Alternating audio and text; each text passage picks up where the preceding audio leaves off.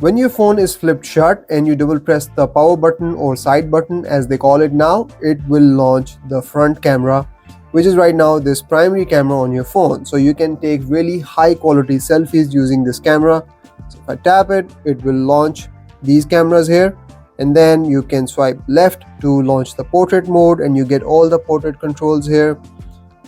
Then you can go to the video mode here as well and tap here to switch between aspect ratios. You can turn on auto framing as well. You can also change the resolution from 30 fps to 60 fps here.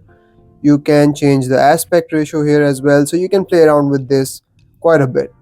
Then you can go in photo mode. In photo mode again, you have your timer, you have your aspect ratio, motion photos. You can also switch between natural mode and warm mode, and then you have this tap to screen option. So just tap on the screen to take photos.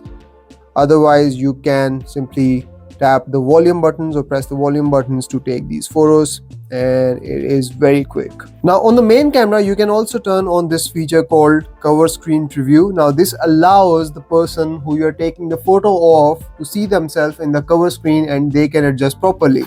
So right now if I flip it over, I can see myself in the cover screen, and if someone else is taking my photo, I can adjust myself to get the best possible photo. When the camera is on, you can flex the phone to launch into the flex mode. Now this gives you all the controls in the bottom half. You can still take your photo.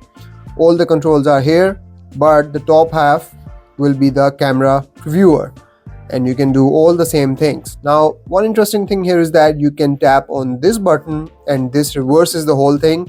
So now you have the preview down here and controls up here, but this allows you to switch the screen around and adjust the best angles and just take these photos, which is great. And if you turn off the camera and turn it back on again, it remembers your settings for the flex mode and launches it in the same mode again.